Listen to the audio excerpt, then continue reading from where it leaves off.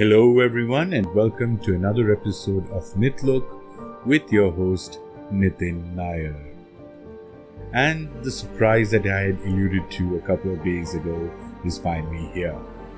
We have decided to include Norse mythology into our whole podcast and the grand scheme of things.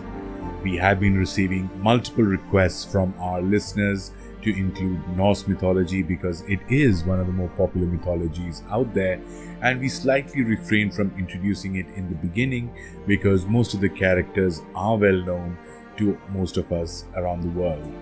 So we decided to focus on some of the lesser known mythologies and the lesser known characters, but I feel now we are at a position where we can start talking about the more popular ones as well.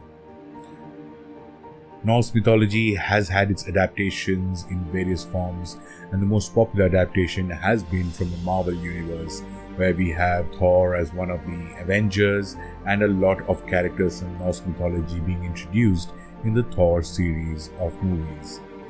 But today, on Mythology, we are going to be looking at a character whom you've probably known from one of the movies, Fenrir, the giant wolf. In Norse mythology, the fearsome beast known as Fenrir was a child of the demonic god Loki and the gigantress Angerboda. Fearing that he would become an evildoer, the gods tied him with a chain made of various elements such as the sound of a cat's footsteps, the beard of a woman, the breath of a fish, and other occult elements. When the chain was placed on him, he bit the hand of Tyr, who was a prominent god in Norse mythology. He was then bound and gagged until Ragnarok, the Norse equivalent of the Doomsday. According to one version of the story, he will fight against the powerful god Odin, swallow him, and also consume the sun. In both Iceland and Norway, poets have been talking about the day when Fenrir will break free and wreak havoc. Like all of Norse mythology, the story of Fenrir is told through a Christianized lens today. There are various wolves in Norse mythology, such as Skoll and Hati, but it is believed that most of them were originally based on actions performed by the fearsome creature Fenrir. Although he is regarded as an antagonist, the story makes it clear that the treatment of Fenrir by the gods contributed his decision to align himself with the forces of chaos. The traditional tales speak of Fenrir as being an extremely large wolf, similar to the grey and black wolves that are known to inhabit the forests of Norway and Iceland. Fenrir is the son of the god Loki and the giantess Angerboda, which makes him the brother of the serpent Jormungandr and the underworld goddess Hel. A prophecy informs the gods that these three children will one day cause the gods great distress, and so Odin either sends for them or leads the expedition that takes them away from their mother. The three children are Fenrir the wolf, Jormungandr the serpent, and Hel, a goddess who is half living woman and half a blue decomposing corpse. Fenrir is the father of the wolves, Skoll and Hati, who witness him. The name of the beast Fenrir comes from the Old Norse word which means fen dweller. He is also known as Fenrisulfa, meaning Fenrir's wolf, which is often translated as Fenrir's wolf.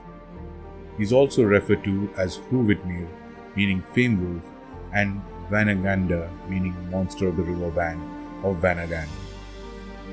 Fenrir is known to be extremely powerful, considering that he is the son of a god and a giant, imbibing strength and intellect from his parents.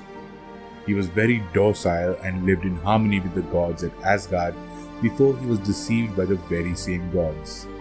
He was very strong and required special chains made by the master blacksmith dwarves at Nidavellir to bind him until Ragnarok. Even this binding process required trickery and deceit to subdue him. Fenrir has been a popular character that has been used in multiple movies, stories, comics, and video games.